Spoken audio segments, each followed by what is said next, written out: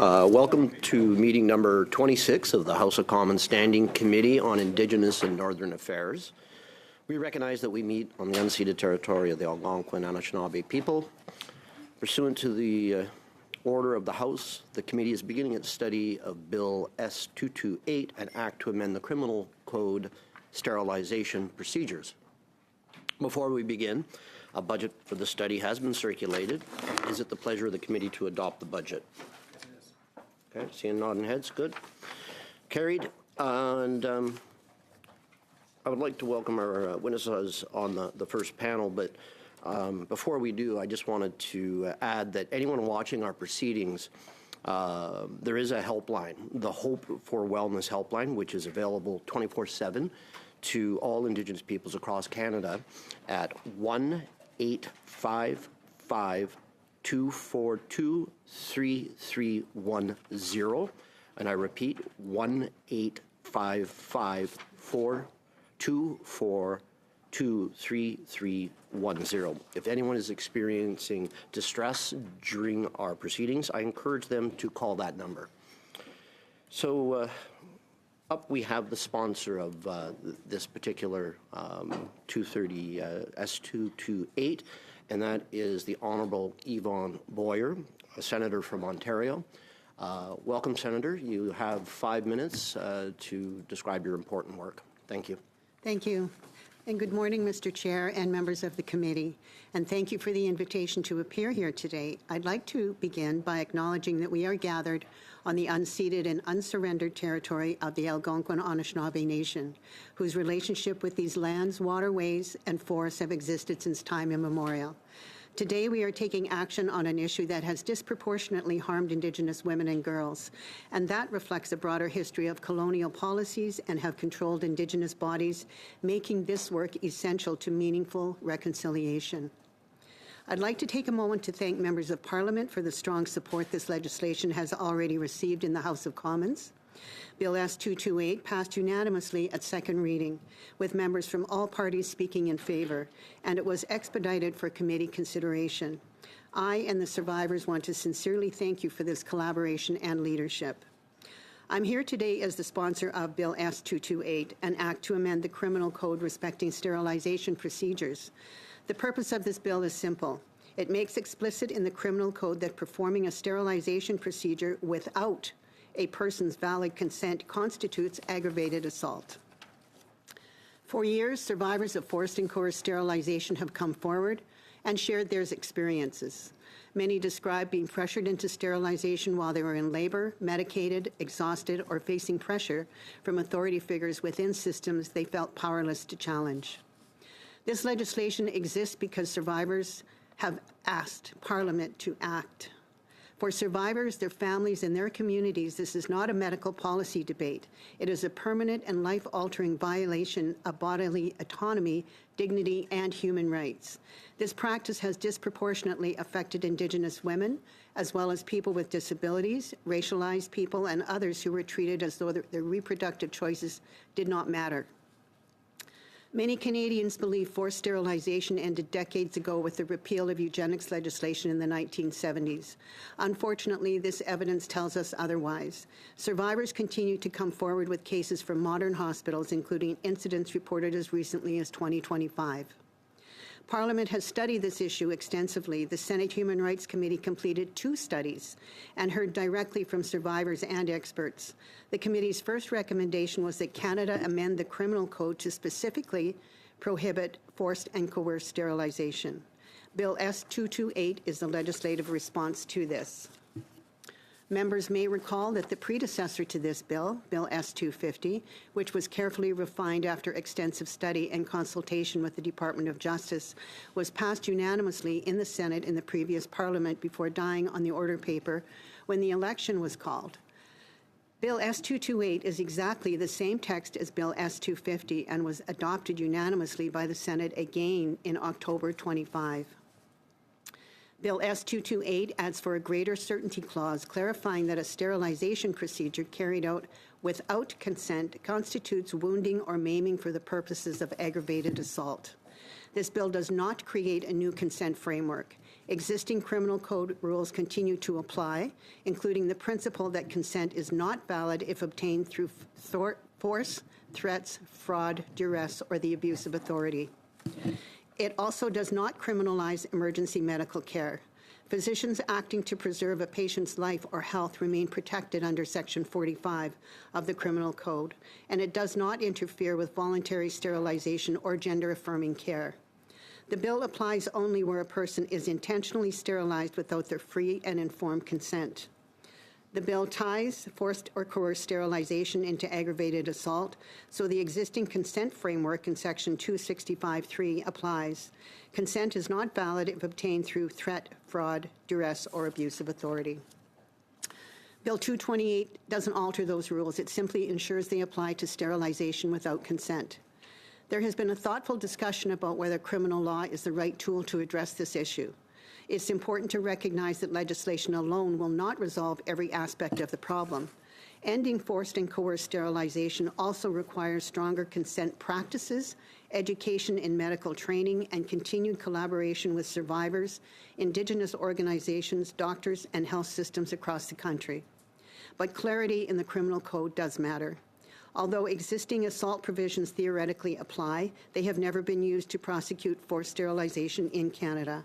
Survivors have told Parliament clearly that the absence of an explicit prohibition has contributed to silence and impunity. This bill provides that clarity. It reinforces that sterilizing someone without consent is not a misunderstanding or a lapse in professional judgment. It is a serious violation of human rights. Members of the committee, survivors have come before Parliament courageously and repeatedly to ask for this protection. By advancing Bill S-228, this committee has the opportunity to ensure that Canada's criminal law clearly protects the fundamental right of every person to decide whether and when to have children. Survivors have waited long enough. Merci. Thank you. Miigwech. Thank you very much, and we'll go right into the question comment period. And right now we have MP Morin for 6 minutes, please. Thank you, Chair. And thank you, Senator Boyer, for all your leadership on this. Of course, acknowledge my colleague, too, as well, for his leadership.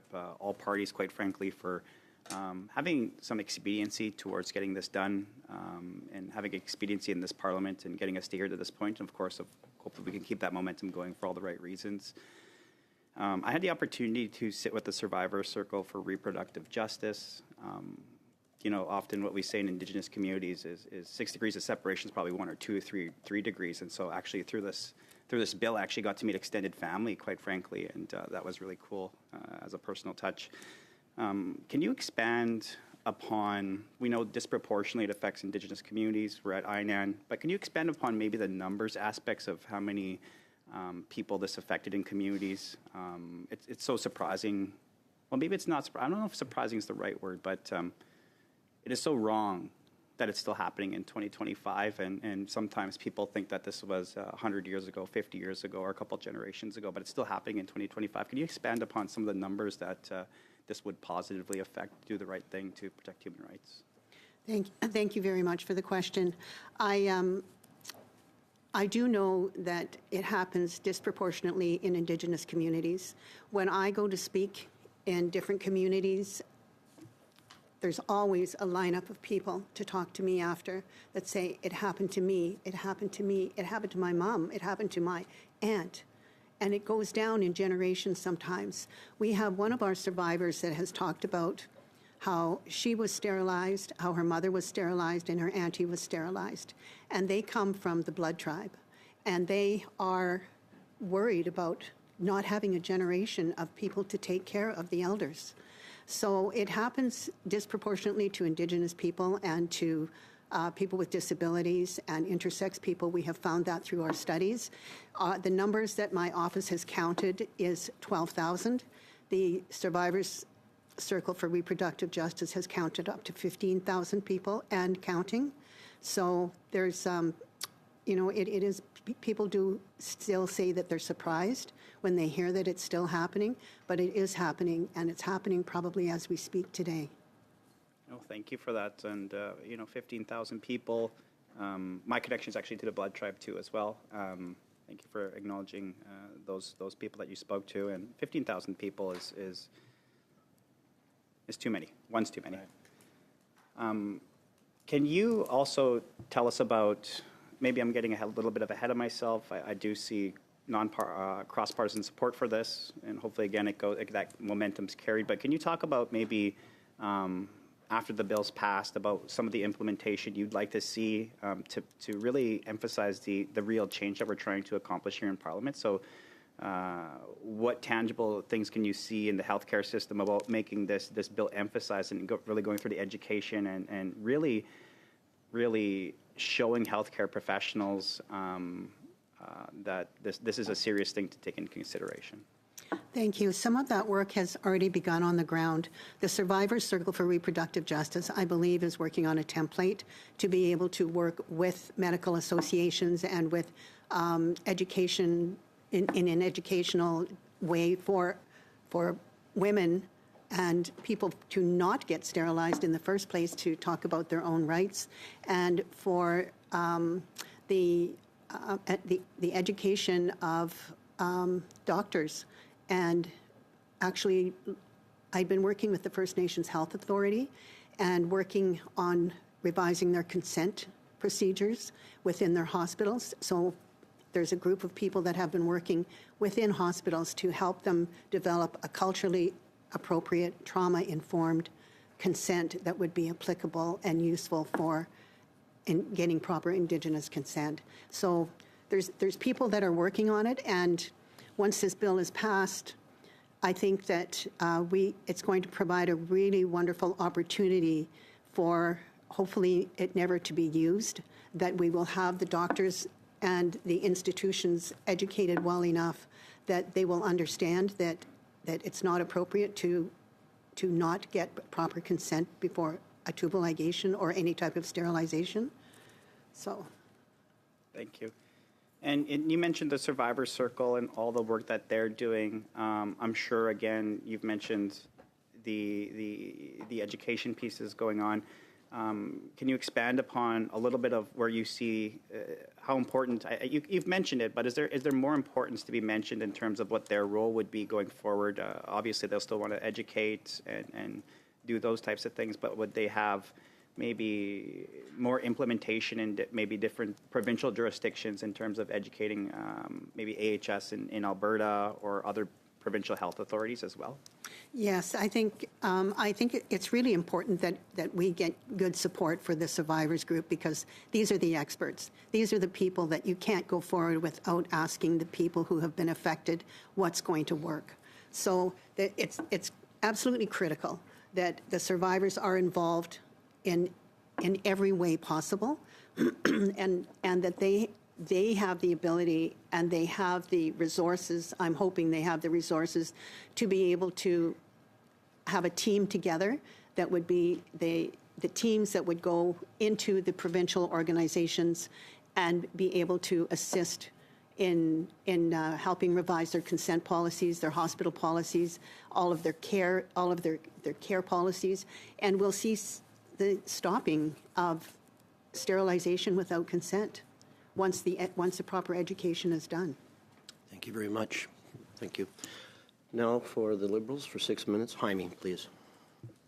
Thank you, Mr. Chair, and thank you, Senator, for all the work you've done on this legislation, getting it to where it is today. And I think you saw from probably the first reading that you have support from all parties in this. And one of the things a lot of folks had asked me in the weeks leading up to the first reading, what was our government's position? Where were we going to support? How, and I was really pleased to be able to, on behalf of our government, say that we're supporting this legislation.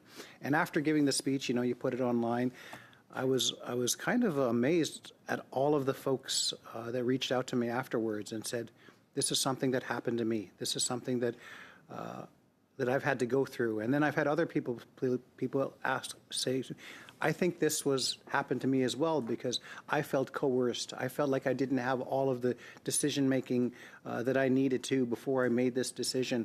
And many of them asked me, what can I do to seek out and see if what happened to me qualifies in this situation? How can I get how can I get some kind of justice for what happened to me, and the whole idea of coercion to get this. I wonder if you can talk a little bit about what this legislation is aiming to protect, and how can those people who think that this might have happened to them as well because of coercion, like, can we give can you talk a little bit about the parameters around what do we consider coercion in the terms of forced sterilization?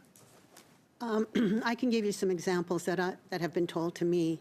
Is that one of the survivors had said that she was told that she needed to get a tubal ligation after giving birth with a cesarean section, and if she didn't agree to it, her baby would be taken by social services. That's one. That's a fairly common one. Another common thing that happens is that women are sometimes threatened. And for instance, happened that another woman had been ready to give birth under a cesarean section again, and the doctor told her that if she did not sign the consent form, well, she already had one child with cerebral palsy, that this one may have cerebral palsy too. So that's a very direct threat that maybe something will happen to this baby too, that will have cerebral palsy. There are birth alerts that when women go into the hospital and they've had anything to do with social services at any time, there's a little red flag that pops up on their file that says, birth alert, this mother may not be a fit mother. And quite often the baby is removed before there's any investigation. Social services would take the baby just because this woman is Indigenous. Or, I mean, I could probably go on, and you will probably hear that from survivors today. But just to talk about what you had mentioned in that short period of time, you have people talking to you. It's every time we talk about it, we plant seeds, and it becomes safer for somebody else to come forward. My office has become a safe haven. I've been a senator for 8 years in March. My office has become a safe haven for those people to call me and say, I've been trying to get pregnant for 4 years. And I kind of remember signing some kind of a record in the hospital, but I know I couldn't have been. And I said, why don't we get your medical records and let's have a look. So I would help them get their medical records and have a look. And we see if there was any sign of tubal ligation on there. And there's others. We have, when I was doing my third reading speech in the Senate, we had Senator Amina Gerba, who had endometriosis, who she gave her speech, talked about having endometriosis, went in what she thought was an ablation on her uterus, and the doctor took her uterus out without consent. She's Black. So what gives here?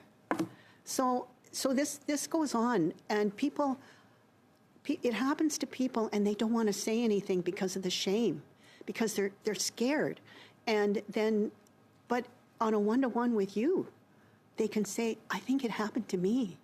And then we can send them to the Survivors Circle for Reproductive Justice, which is absolutely critical for providing support and for counseling. And these are the people that can help hug people back together.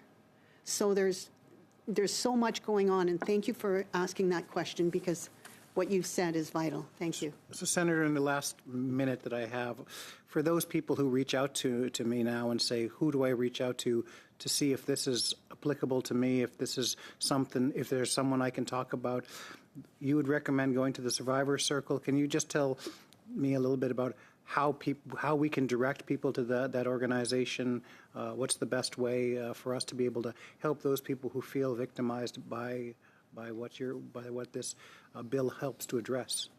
Yes, you're going to meet Harmony Red Sky, the executive director, this afternoon, And you can, if you Google it, Survivors Circle for Reproductive Justice, they have a beautiful website, and they have people that are at hand to be able to speak to people that are in crisis or even have any kind of questions. They will be able to, they'll be able to help in any way. Deputy Gill, pour 6 minutes, s'il vous plaît. For 6 minutes, please. Thank you very much, Chair. Thank you, Senator Boyer, for your presence and for all the work that you have done here to give voice to people who often don't have a voice or who hesitate to speak because they need to do it in a safe space where they are believed. We want people to believe us when we speak, and I think that's why your work is important. And I think of all the women, in particular those who don't speak up and those in my riding, because there are Innu survivors from the Naskapi Nation in my riding on the North Shore. So thank you for your work. I would add one other point, Si l'on veut, à l'inverse. maybe a reverse type of question. How was this bill conceived? And the idea of mutilation as well. And what are the arguments, if there are any, that people will use to oppose the adoption of the bill? And what responses would you provide to those who would challenge Bill S-228 and who have concerns about it being adopted? Thank you. Okay, thank you very much. The bill was conceived very early in the process, and it had been me who had been working. In 2017, I co-authored the external review of the women in Saskatoon that had been sterilized without consent at the Saskatoon hospital, and that was made public in 2017. So at that time, I had been asked by the survivors to criminalize this act. And because of the historical context with Indigenous people, I was reluctant because I did not want to use the criminal code because it somehow is always going to get turned against the Indigenous people. And it wasn't until we had completed one of the studies at the Senate Human Rights Committee, and the second study, actually, Scars That We Carry, it's called. And the first recommendation was to create legislation that would criminalize the forced and coerced sterilization of women, of people, just people. And so I was instrumental in bringing survivors to speak at that time. We needed to hear their voices. It's critical. We have to hear their voices. So when we heard their voices, and I had direction from the Human Rights Committee, I said, I have to do this. I have to do this. The women have asked for it. They've begged me for it, and I will not turn my back on them. And so it was at that time that the drafting began, and Bill S-250 was introduced in June 22. So that was the beginning of it. The last part of your question is who would not support this bill? Well, I think when people really understand the bill, that it's a positive thing rather than a negative thing. Bill S-228 has been carefully targeted to address non-consensual sterilization, and it does not criminalize lawful, medically necessary, or consent-based care. So nothing changes there. All it does, it specifically targets when there is no consent for sterilization.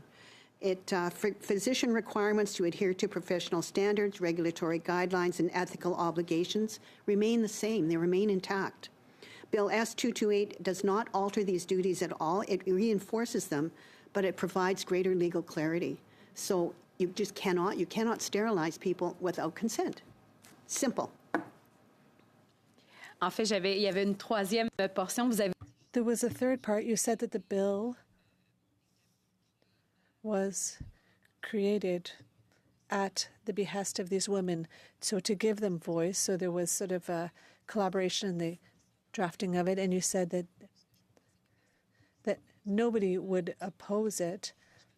And I'm also talking about the definition. I know it's part of the bill, but often it's raised in articles and debates in the House. So perhaps you could remind us of the definition and how it was drafted as well. Thank you. That's it for my questions. The definition of sterilization? Oui. Okay. Oui, pour- Sorry. Yes, the changes in the Act. Okay, so what it does, Puis j'arrête pas d'ouvrir et de fermer mon micro, Monsieur le Président. Désolé. En fait, oui. Sorry, I'm turning my mic off and off. Yeah, yes, for the whole issue of the sterilization procedure and it being essentially a wounding or maiming. Thank you. right. Okay, so for greater certainty, a sterilization procedure is an act that wounds or maims a person for the purposes of subsection 268(1).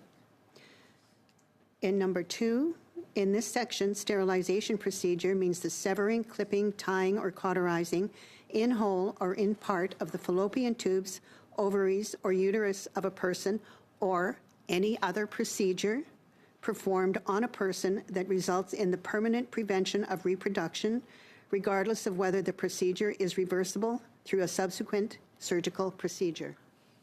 Merci, Madame la sénatrice. Enfin, je me suis... Thank you very much, Senator.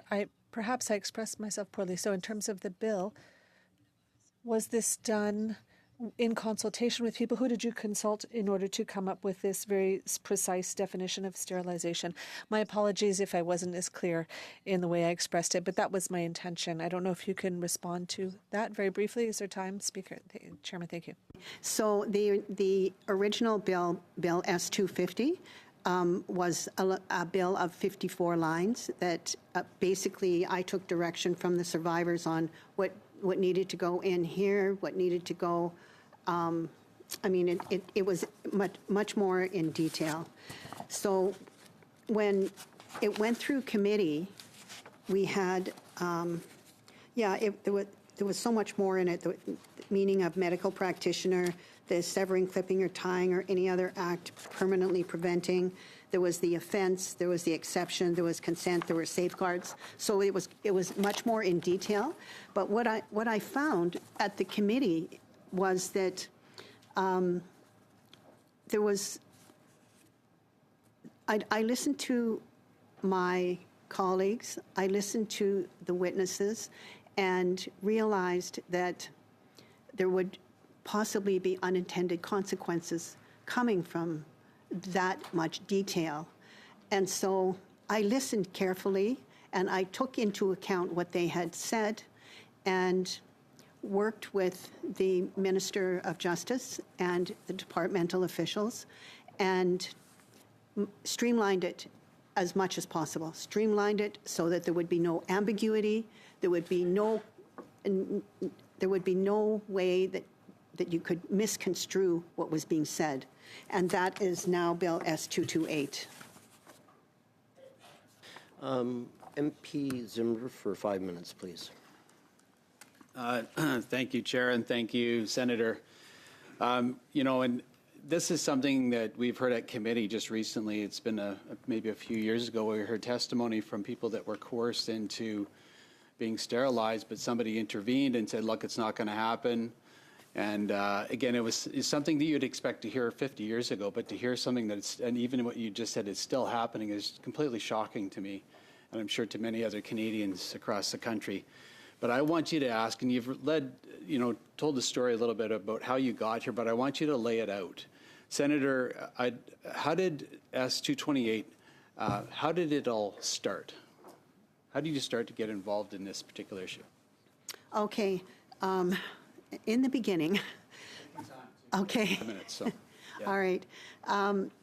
When I was a little girl, I lived with my auntie, and my auntie spent 10 years in a tuberculosis sanitarium, and she spent 10 years on her back. This was before antibiotics were in existence. So it was rest, and it was cold air, and it was being isolated from other people. So the 10 years that she spent there in a body cast, she was subjected to experiments. And although I didn't ever know for sure, I believed that she was sterilized as well. And she spent her teenage years there, and as a child living with her, she would talk about the stories that what it was like, and sometimes she'd talk about the monsters that walked the halls. And so I knew, and she was a little tiny, she was only 90 pounds. She was a tiny little brown girl. And she was in this sterile environment in the hospital, and that's my memory banks, and me thinking there's something going on here. She doesn't have any children, and she's all experimented, and that was the start of it. Before I was a senator, I am a lawyer, and I was a nurse before that. So growing up, I believed I had a mission to work in the hospitals that my family was close to, and it was in the West, in central Alberta, and in Saskatchewan. And when I was a nurse, I'd hear from other nurses saying, when the Indian problem will be solved when all the Indians are sterilized. And I heard that on more than one occasion. This was in the 70s. And it made me really, really angry. And I believed at that time, I either had to get complacent and not fight, or I had to fight. And that's when I believed that if I went to school and I got some education in the legal world, that people would listen to me. And so I did. I went back to school, and I was a mother. I was 40 years old when I went back to school, and I was pregnant with my 4th baby. And so I was driven by this desire to stop the racism in the healthcare system, and sterilization seemed to be a pinpoint. And so that has been a pinpoint with the work that I've done in my professional career. When I graduated from law school, I did a master's in law and a doctorate in law, and sterilization was always in there in a focus of wanting to study it. And then I had the opportunity for the Saskatoon Health Region to contact me and ask me if I would do an external review on their tubal ligation policies. In 2015, after Betty Ann Adam from the Star Phoenix contacted me and said, I have 2 Indigenous women in my office that say that they were sterilized without consent in a Saskatoon hospital. And I said, well, that can't happen. That's impossible. That is without consent. That's a criminal act. You can't do that. It's against Indigenous law. It's against international law. You can't do it. So Betty Ann wrote her first article, and Brenda Pelche and Tracy Banab were the 2 women, and I honor them every time I speak about it, because they took the brunt of the racist activity following. So those 2 brave women came forward, and then 2 more came forward, and 2 more came forward, and 2 more. And pretty soon there was 11. 11 women came forward, and then the Saskatoon Health Region contacted me and said, would you do a review of our tubal ligation policies? And I said, well, you know, I've been bad-mouthing you all across the country in these interviews. Maybe I'm not the best one to do that. And they said, we know all of the interviews that you've been doing across the country, and we're asking you because the elders have asked us. And that took a different story for me. I said, I will think about it. And I said, I'm going to ask for a co-author. I will find a co-author to work with me.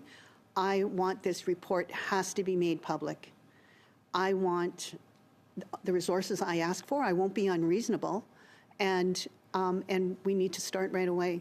So we did, and I asked Dr. Judith Bartlett, who I had worked with before at the National Aboriginal Health Organization, and she was a Métis physician. She had worked in hospitals. I had worked in hospitals. We both knew the coffee culture and how people talk.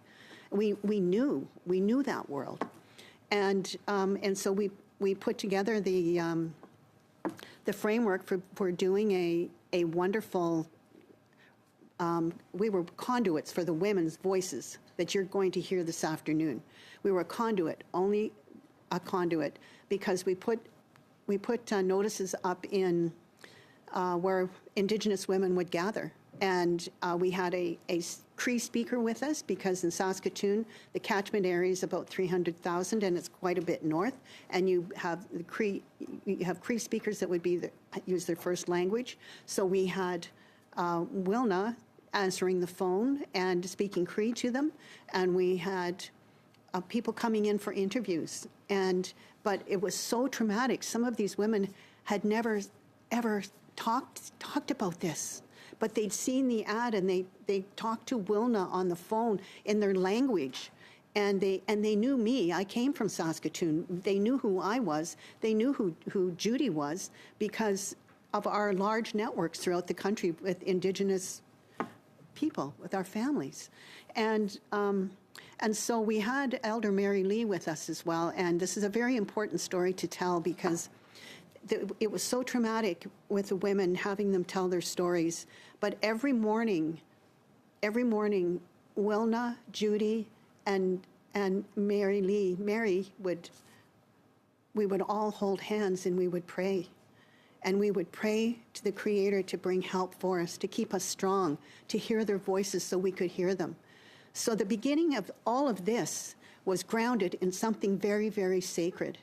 So Mary was in the room adjacent to when we were doing interviews, and when the women fell apart, if they fell apart, we would say, "Do you want Mary to come in?" And they'd say, sometimes they'd say yes, and so we'd ask Mary to come in, and she'd come in with her big, beautiful arms and say, "I'm going to hug you back together," and she would hold them as long as it took to hold them and bring them back together. And then they could carry on with their interview. And the interviews that we received at that time formed the basis for the external review. And that is what brought it to the world. When I came into the Senate the next year in 2018, my first speech was September 2018, and it introduced forced and coerced sterilization to the Senate, which was the same thing that all of you probably get, is like, how is that still happening? But it introduced the topic to the Senate and to Canada and to the world. And it began there. And that's how we got here. It just evolved with some very supportive people and people that care. Every time we speak, there's more allies that come forward. And there's people that come forward that were sterilized that can help other people. So when the women came, and they say, "I'm all alone." And I'd say, "You have an army behind you.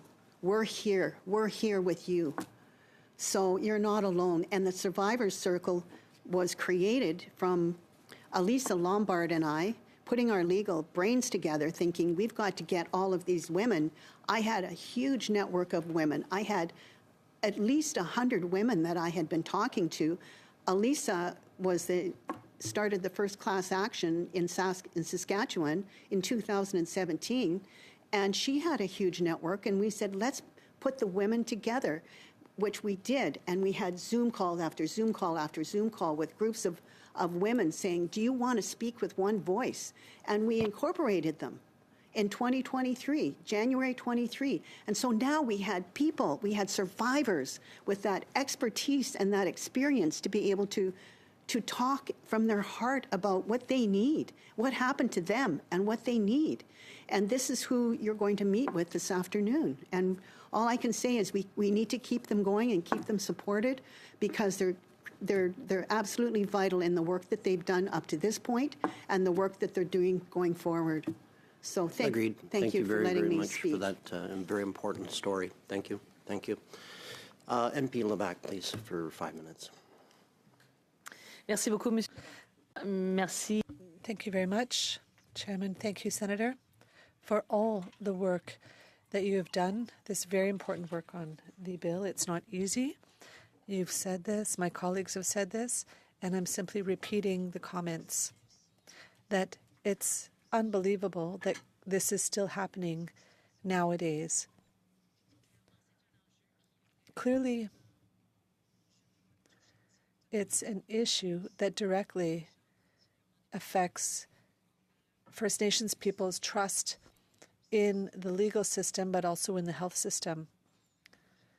Can you please speak to what you think, how this will reinforce or change people's perspectives and hopefully help us rebuild the trust that people could have in our legal and health systems? Thank you.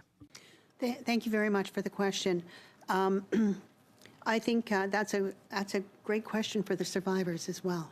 I do believe that just the fact that we're here, just the fact that we've gotten to this point, that somebody listened, somebody cared enough to put their voices together, to listen to what they had to say instead of being, sent off that, it's not worth it. But I have a story to tell, a little story about this I'd like to tell, because at one time in the 8 years that I've been in the Senate, it was the RCMP had said, well, we're going to start charging people, like we can charge people for this. Okay, so without even thinking that there's some culturally inappropriate and trauma-informed issues going on here, that you want to just go ahead and charge people. It was against my better advice, because what happened was a call went out to survivors, all survivors in general, to contact this number if you've ever been sterilized without consent, and we're gonna go after them. Okay, so then the calls I was getting from the women who are terrified in their homes because there's police knocking on their door, and I'm saying, you don't have to answer that door. You don't have to answer it. They're terrified of the police that are demanding from them answers on who sterilized them. So it turned into, it quietened down, but it turned into something that wasn't planned out perfectly well. I believe that the survivors need to take the lead in this, and they're the ones who will be able to talk about how the justice system can be kinder and gentler and helpful to them. I think that this bill will deter doctors from doing sterilization without consent, and that's what I hope. I hope that no one is ever charged. I hope that their work goes on so completely and so intently and so thoroughly that all the doctors will know that we need to have this. There's a whole consent framework that involves culture and a trauma-informed approach that's in place. There's templates. The First Nations Health Authority in the hospitals that they're working with have those templates right now. Those templates can be shared across the country, and we can work together on this. The survivors can work with the hospitals. They can work with the doctors. They can work with police, with prosecutors if necessary. But I'm hoping that it won't ever come to that. And thank you for that question. Merci. Il nous reste juste une petite minute. Thank you very much. We just have 1 minute left, but you mentioned, maybe we might dig a little deeper into this, but health is a provincial and territorial responsibility for the most part, but with a bill like this, how do you think it would work with the provinces and territories? How do we ensure that it's applied cohesively across the country? Thank you. I think through a whole education process. Education has to be the key here, because it is a federal bill. I mean, the criminal code it's serious. It's very serious. But so that we don't get to that point, let's have really strong education plans in place and work with each province directly. The Survivor Circle has provincial representation as well. And as much as possible, they can go out and work within their communities as well as a sort of a seed. Plant the seeds, plant the seeds, plant the seeds. Let's get this work done on the ground. Thank you very much. Thank you. Deputy Gill pour 2.5. For just a few minutes. Thank you very much, Chair. Once again, thank you very much, Senator Boyer. I have one further question that would add to what my colleagues have said. And once again, it has to do with the bill itself and on the whole issue of assault and mutilation. What was the intention? I mean, you've spoken with a lot of people, a lot of survivors. What was the intention behind this change that you were hoping to bring with regards to sterilization and aggravated assault? Thank you. The change that I wanted to bring through putting it in that area of the criminal code? Okay. I think the main thing is that it has the for greater certainty clause in it so that there's no ambiguity about what it is, that it fits right into the aggravated assault provisions. And because there's so established jurisprudence up to this point that the consent framework within the assault provisions, the assault provisions have been there for a very long time, and it's established. So the sterilization portion of it would fit into something that's already ingrained in here. And so there would be no ambiguity. It would be absolutely crystal clear that sterilization without consent is an aggravated assault. Merci beaucoup. Thank you. Merci, Monsieur le Président. MP Milo for 5 minutes, please. Thank you, Mr. Chair. Thank you, Senator, for being here, and of course for your leadership on this issue, bringing this forward. There's been a lot of discussion already, so I'm going to try my best not to have you repeat too much, but I do want to touch on the fact that forced sterilization is still such a prevalent issue. I think that is something that many people who haven't been impacted by it personally would have a hard time believing, quite frankly. I know I've spoken to people in my region that support this bill, but they see it as more of a symbolic thing because it's not addressing, in their view, an issue that is prevalent across the country. So I think that some of the information you've already been sharing would raise eyebrows and would have a lot of people rightly concerned and shocked about it. So I'm just wondering if you could speak more to that fact that forced sterilization is not only an issue of the past, but is something that is still prevalent in society today. I'd be happy to. I want to tell you the story about Katie Bear.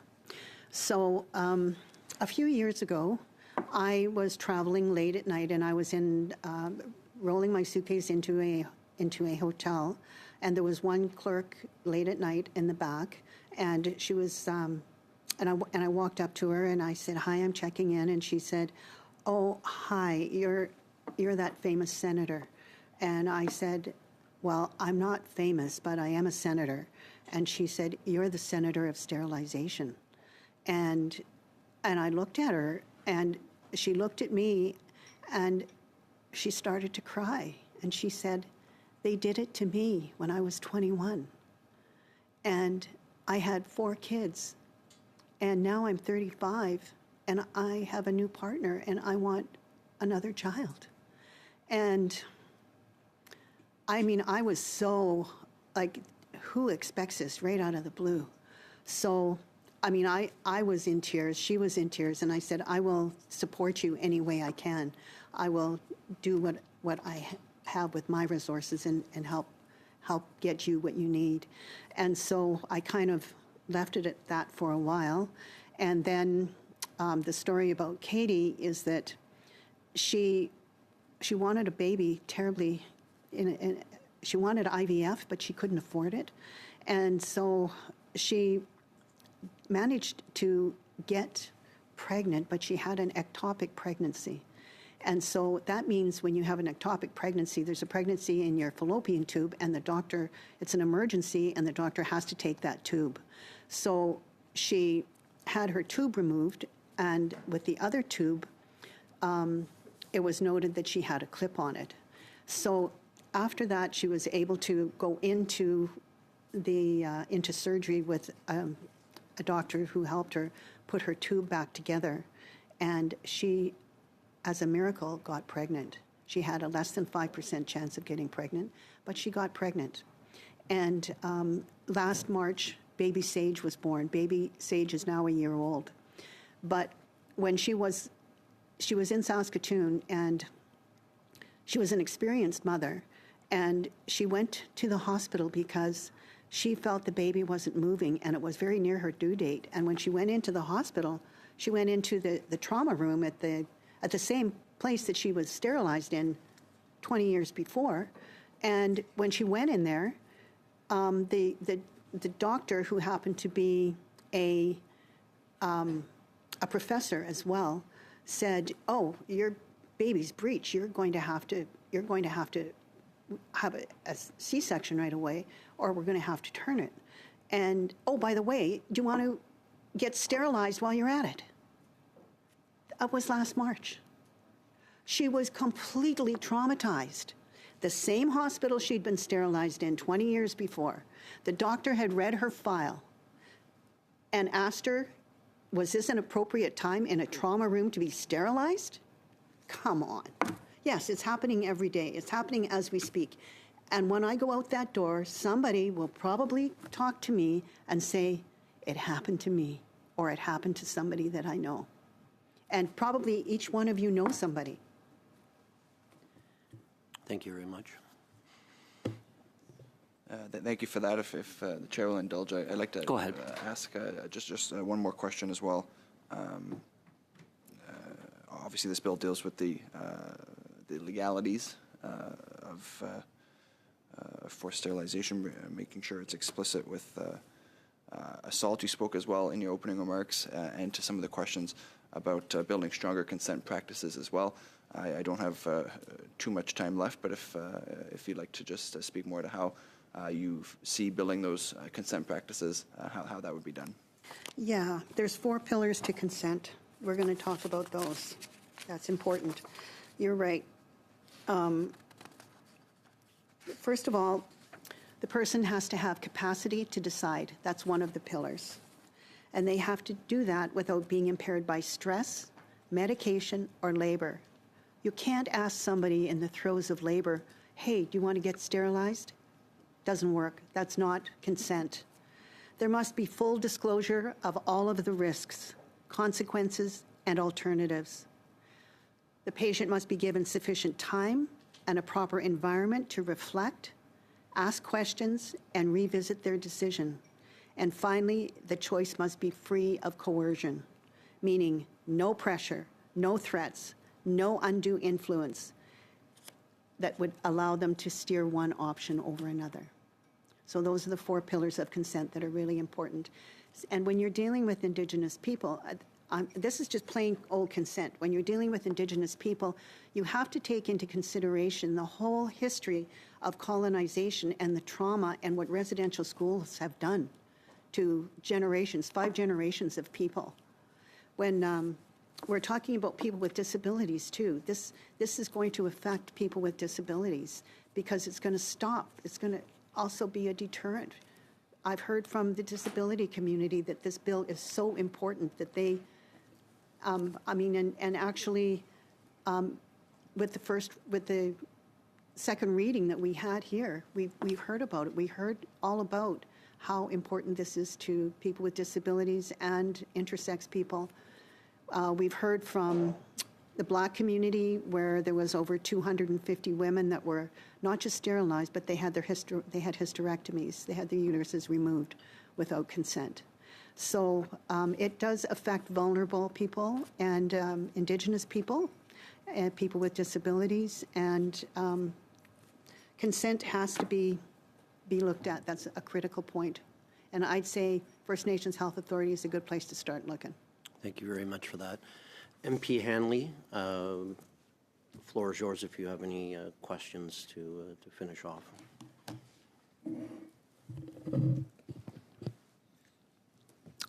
Thank you, Senator, for all the work that you have done and for your very moving story on how you got to this place. I do feel that it's important to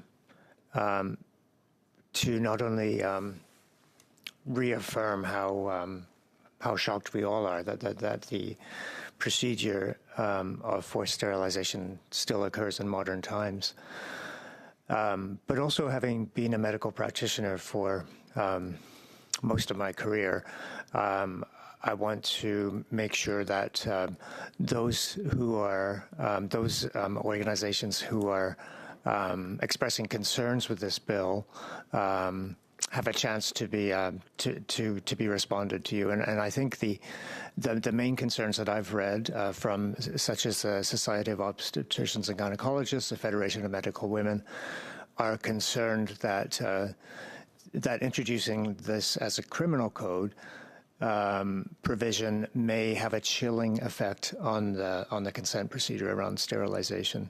And you and I had a brief chat. I know that Section 45 covers this, but also there is a concern that Section 45 hasn't really been tested in this circumstance. So I'd certainly like you to speak to that and give your thoughts onto how you think this concern should be addressed.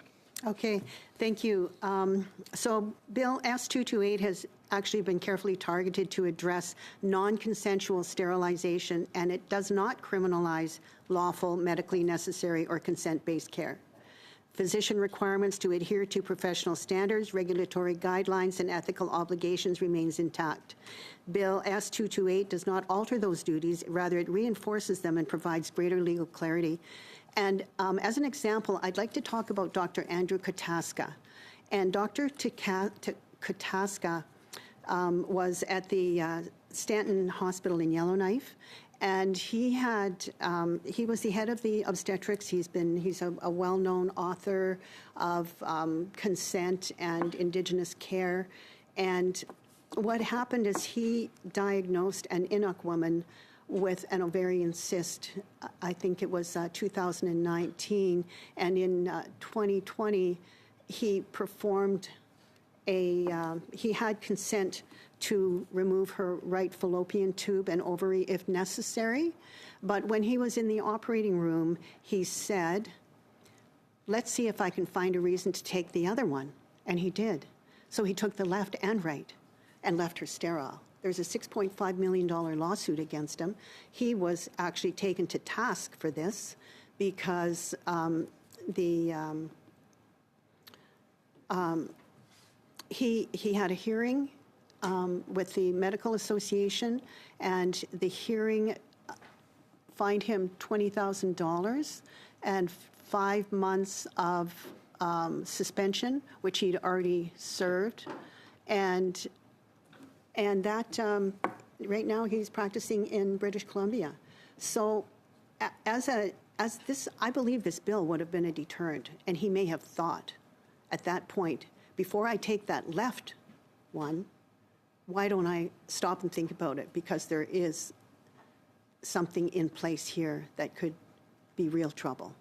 So I don't know what the Society of Obstetricians and Gynecologists have actually dealt with Andrew Kataska, but I do know that he was dealt with, and with just basically slap on the hand. So those are the kind of things that we're targeting. This bill will be very helpful in situations like that. Does help, John. I think the circumstances referred to in the briefs that we've all received have been particularly around emergency situations. For instance, a severe bleeding one. A split-second decision might need to be made about an emergency hysterectomy, and hopefully I'll have a chance to ask this to the CMA, because I know that the CMA has taken a position in support of this bill. But I think it's important to hear from all sides of the medical community on how they feel about this. So briefly, can you comment on the emergency situation when a split second, there may be hesitation by a medical practitioner during a potentially life-saving intervention? Well, with education about that, it does not do that. This bill does not alter Section 45 of the Criminal Code in any way, shape, or form. And once the doctors understand that through a good education policies and through policies through their organizations and through SOGC and through the Canadian Medical Association and through the provincial organizations as well. Once they understand that, nothing affects it now. You still go ahead and you provide emergency services. So this bill does not interfere in any way. Thank you very much for that. And that brings us to the conclusion of our first panel. And Senator Boyer, thank you very much for your work, your strength, and your heart. I mean, it was quite amazing testimony. So thank you very much for starting us off on this important work that we are undertaking. So I'm going to suspend for a bit, and I'm going to invite our next panelists to please join us here at the table. Thank you. Jean McWitch.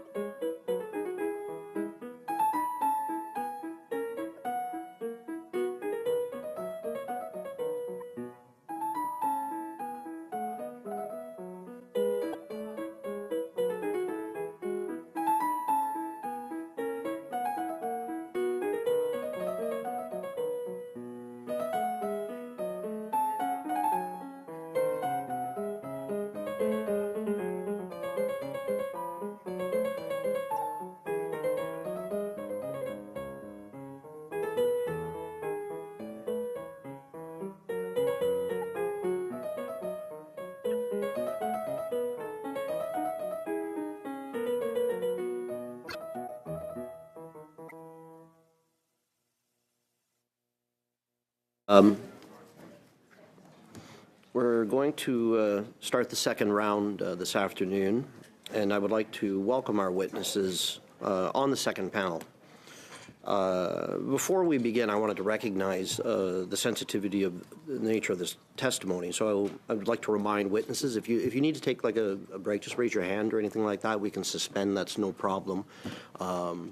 Or anything that you need, you just raise your hand and let us know. Yeah, so thank you very much for that. And earlier in the first panel, I reminded people viewing at home that, you know, if they're feeling distressed and watching this and feeling triggered, there is a helpline, the Hope for Wellness helpline, which is available 24/7 to all Indigenous people across Canada at 1-855-242-3310. So thank you very much, and Chi-miigwech to everyone for joining us here today. We have the Canadian Medical Association, Dr. Margaret Burnell, President, the Native Women's Association of Canada, Dr. Jennifer Leeson, Associate Professor, University of Calgary. Online, the Quebec Native Women, Inc., Marjolaine Etienne, President. As well, we have the Survivors Circle for Reproductive Justice, Dr. Dawn Wilson, gynecologist, obstetrician, Harmony Red Sky, Executive Director, Sylvia McKay, Survivor Support Worker, and Shelby Ponise, Survivor Support Worker. Chi-miigwech to all of you, and we'll have 5 minutes apiece to share your story and anything you wish to say. Thank you. Go ahead. We'll start from right here then. Yeah, Margaret. Thank you, Chair. I acknowledge with gratitude that we gather today on the traditional and unceded territory of the Anishinaabe Algonquin Nation and appreciate their stewardship of the land over generations. My name is Dr. Margot Burnell. As president of the Canadian Medical Association, I have the privilege of representing physicians and medical learners in every corner of this country, and through them, the people for which we provide care. Thank you for the invitation to share the CMA's perspective on Bill S-228, an act to amend the Criminal Code on sterilization procedures. The CMA condemns the practice of forced and coerced sterilization. Rooted in systemic racism and discrimination, these acts are a grave violation of human rights and bodily autonomy. These practices have caused irreversible harm and inflicted lasting, generational trauma, most often to Indigenous women, girls, Two-Spirit individuals, and their families.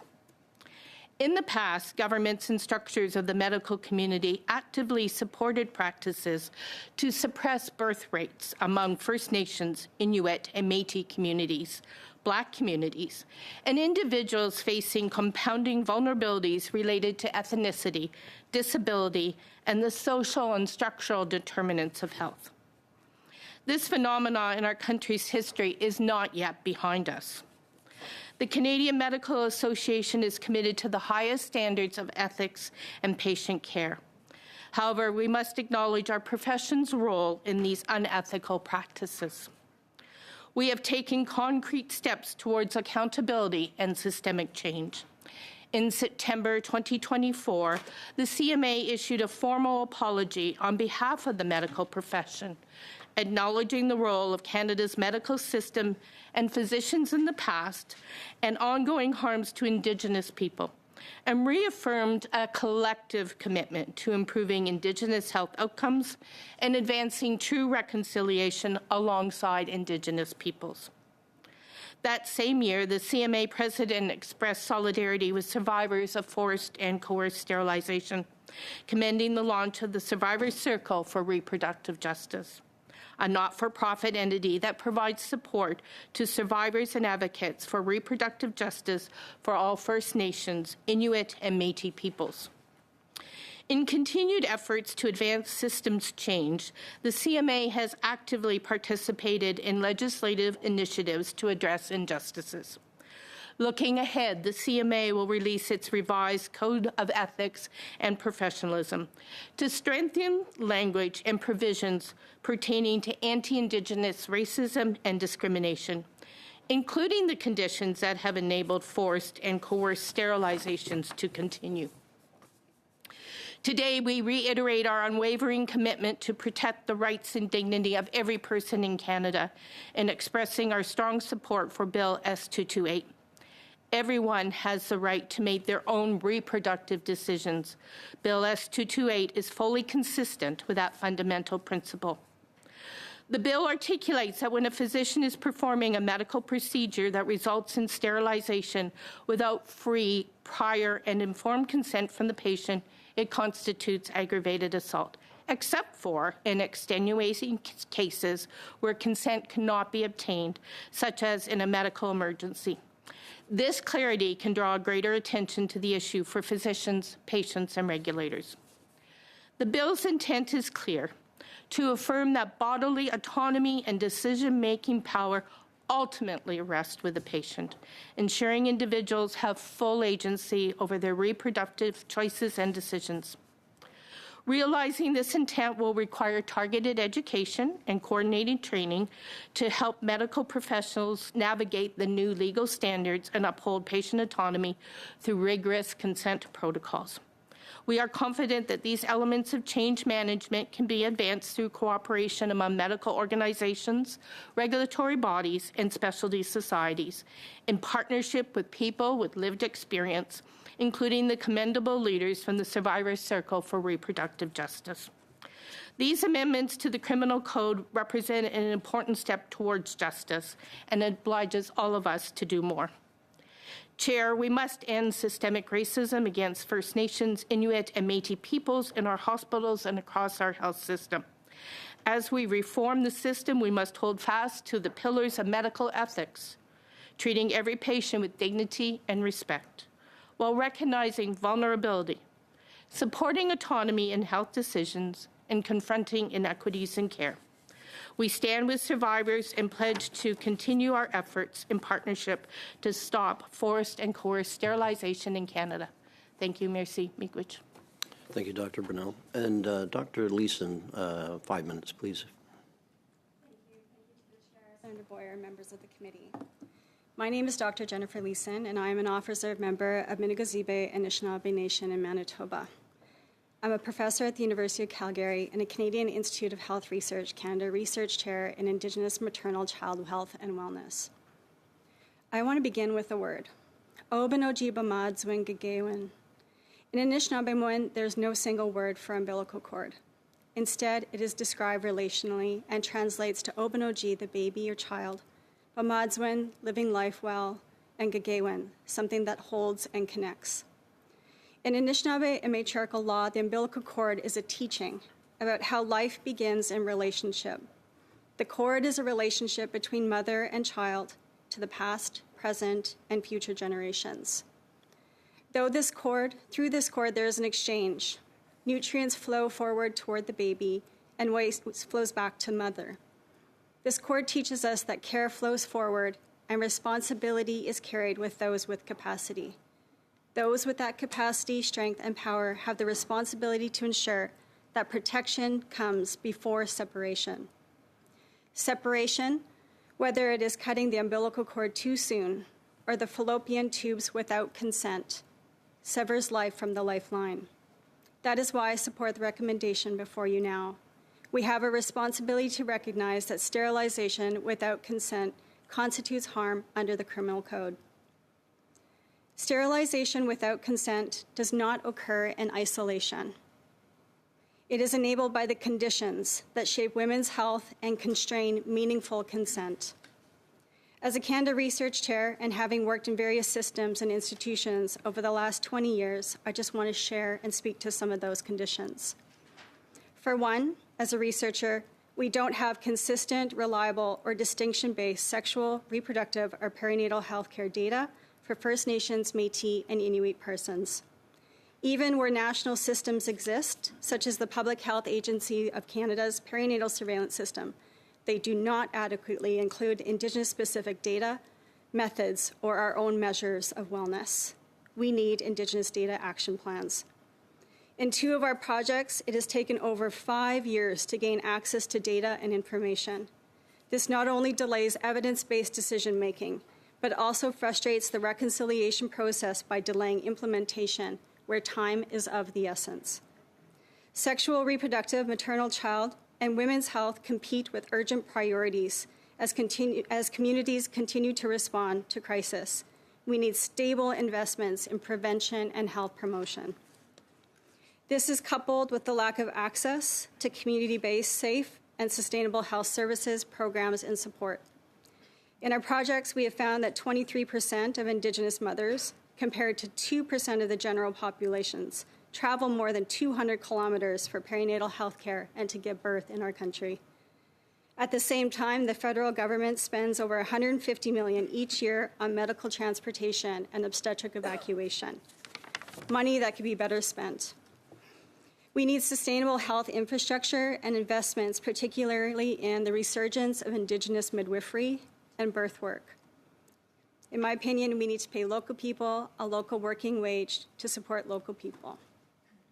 Lastly, as an Anishinaabeg, a daughter, sister, aunt, and mother, we must continue to educate and empower our women, girls, and birthing persons to understand their rights, the true meaning of consent, and not be afraid to say no or speak back to power. This bill is an important step towards establishing a clear legal response, but criminalizing does not eliminate the system that produces the harm. So like the umbilical cord teaching, we need to shift the burden of responsibility to those with the capacity to act. And I want to thank each of you for the actions you have taken so far. Jimigwich. Okay, we're going to go to Marjolaine Etienne online. You have 5 minutes.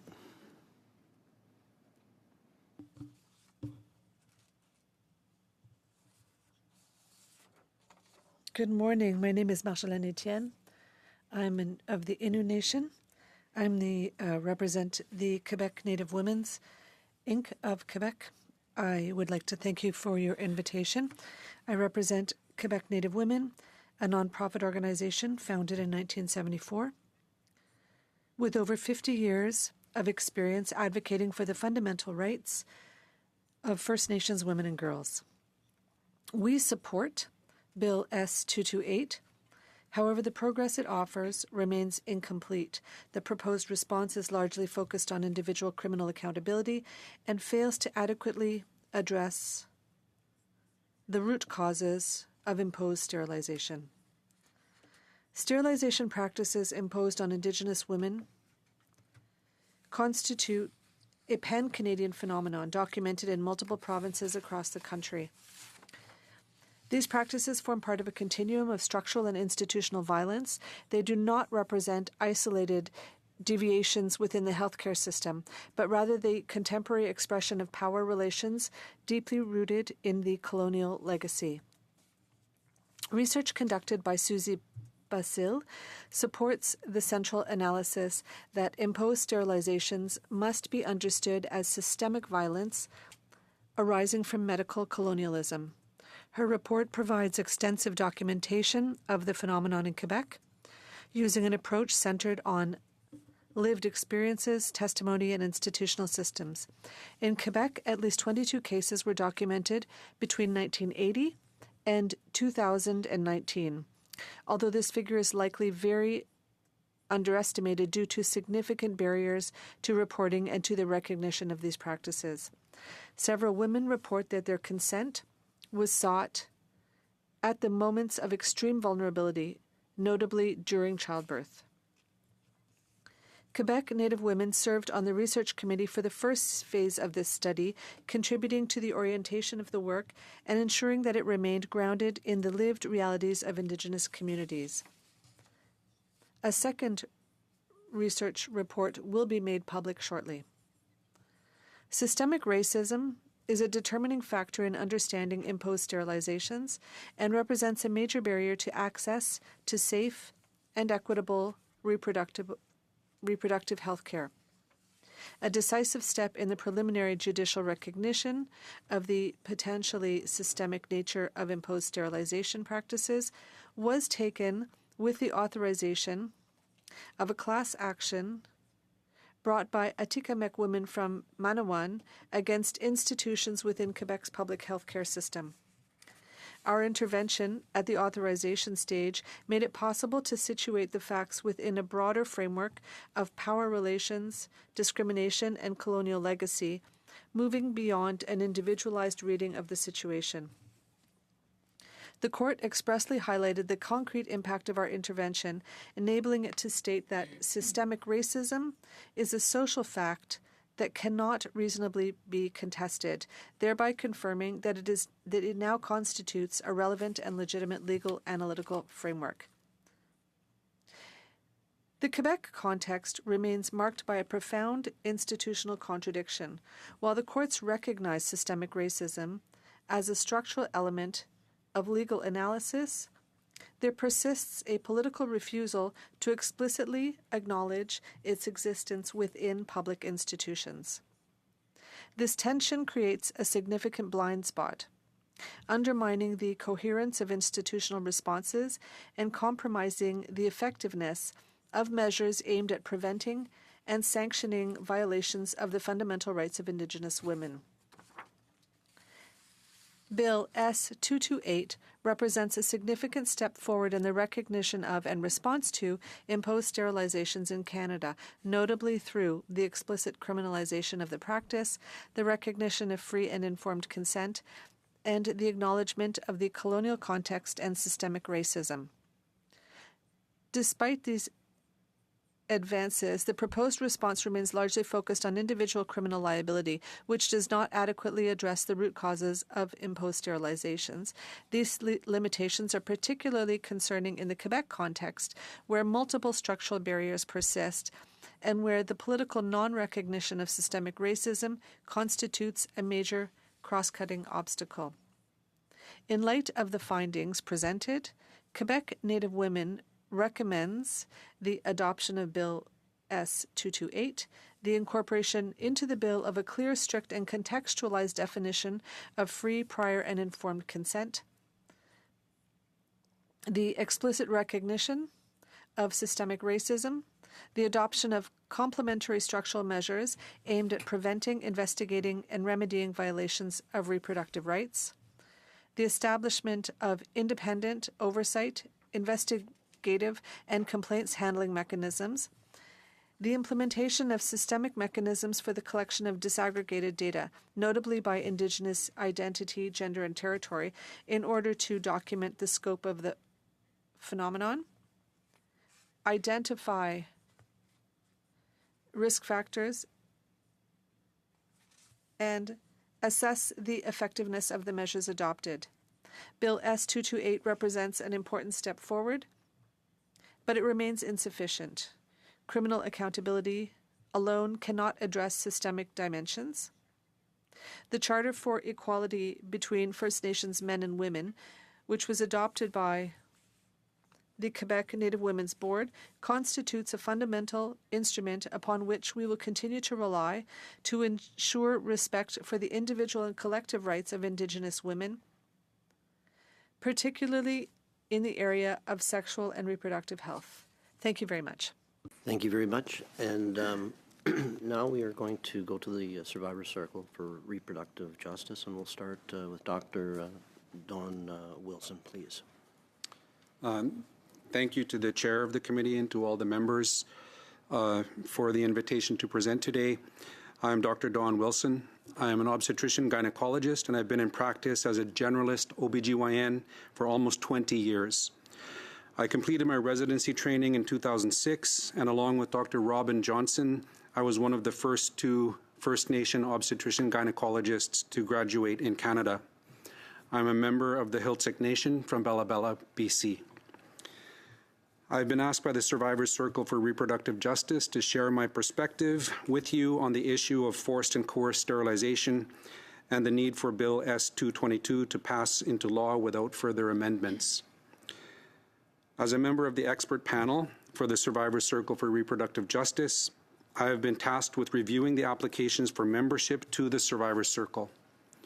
Membership to the Circle ensures access to a number of supportive resources to become available for survivors of forced or coerced sterilization, including psychological support and counseling, cultural supports to promote healing, connection with other survivors, and even access to assisted reproductive technologies in selected cases.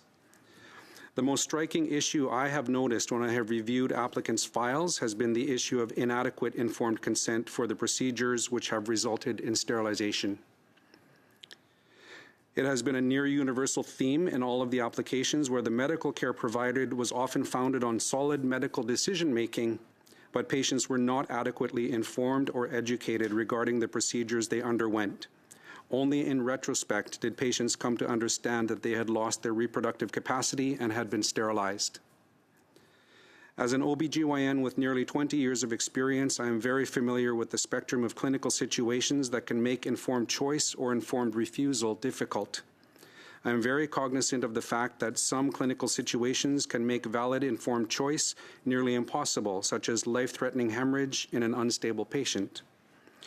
There is even ongoing debate within the profession as to whether or not the consent discussions we have with patients who ultimately need cesarean delivery, for example, are valid, since these discussions are often held when the patient is in pain, exhausted, or under great physiological stress. I am here to try to center the experience of survivors who have been sterilized without the benefit of a thorough consent process. We know in medicine that consent is not simply a signature on an official form. In medical training, we are taught that consent is an ongoing process and that it can be withdrawn at any time by the patient prior to completion of a proposed procedure. We are taught that elements of valid consent depend upon building a trusting rapport with our patients, and that information must be shared in ways and means that are accessible to the patient. We must ensure full comprehension of our consent discussions by seeking feedback from patients that they understand our discussions. We need to review certain critical elements of our proposed treatments, such as the description of the procedure or the treatment itself, its associated risks, which including the common, uncommon, and rare but catastrophic risks, any alternative options to the proposed intervention, and any possible complications. We are responsible as clinicians to guide patients through the consent process while ensuring adequate understanding and ongoing agreement with the proposed treatments or procedures. There is a great deal of room for improvement in the profession of medicine for achieving these goals. In the case of forced or coerced sterilization, I believe there has been an evolution over time from the paternalistic, eugenics-based, physician-driven implementation of non-consensual sterilization to the current situation where the main issue, as I see it, being the failure to ensure adequate consent. There is also the interplay of bias and racism that may influence the judgment of physicians undertaking sterilization procedures. We as clinicians need to shift our focus from checking boxes to a level of true engagement with this process. There are realities in the practice of medicine that make it difficult to pursue fully informed consent, but those realities do not erase our responsibility to strive to achieve the goal of fully informed consent. In the area of reproductive care, this is of utmost importance because the implications are vast and failure can lead to lifelong suffering and distress for our patients.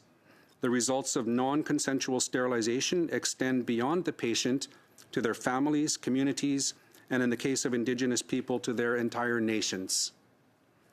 Bill S-222 places a clear legal backstop on the issue of informed consent for sterilization. This has not existed in the past and addresses a legal gap in Canadian law. I acknowledge the concerns of many of my colleagues who worry about a chilling effect on reproductive care, the politicization of reproductive care, and the potential for unintended consequences. However, I support the passage of Bill S-228 without further amendments. It is my hope that the bill will be a strong catalyst for the medical profession to strengthen our processes around informed consent for sterilization procedures, especially for those most vulnerable to the failures of the informed consent process, such as First Nations, Inuit, and Métis people. Thank you. Next, we'll have the Executive Director, Harmony Red Sky. Bonjour, now Gijagokwe Dishnakaz Migizian Dodem was Soxine Donjaba, Bodawadami Minwa Honashoni Nishabi Koyandao. My name's Harmony Red Sky. I'm the Executive Director of the Survivor Circle for Reproductive Justice. And the Survivor Circle for Reproductive Justice works with First Nation, Inuit, and Métis survivors from across the country, representing female, male, two-spirit LGBTQ+, and non-binary membership. To locate myself within this work, I am the daughter of a survivor of forced sterilization. My mother went into the day surgery department of a nearby regional hospital for a routine procedure, only to wake up a few hours later, groggy and sterilized. This happened to her without her knowledge, without her consent. While groggy and sedated, she immediately felt violated, as if she had no control over the situation. She was still in her childbearing stage of life and had planned to have more children beyond my younger brother and myself. When I shared with my mom about the work of the Survivor Circle for Reproductive Justice and getting involved, she looked at me instantly and said, "Does that mean I'm a survivor?" Reactions like this are becoming more and more common these days as the Survivor Circle makes its way across the country and connects with more and more Indigenous people who share this reality. Senator Yvonne Boyer and the survivors have put words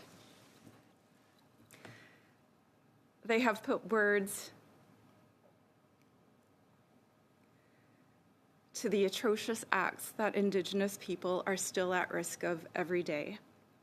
The work of the Survivor Circle has been focused on centering the lived experience of survivors and the enormous impacts of forced and coerced sterilization that has happened to their families, their lives, their communities.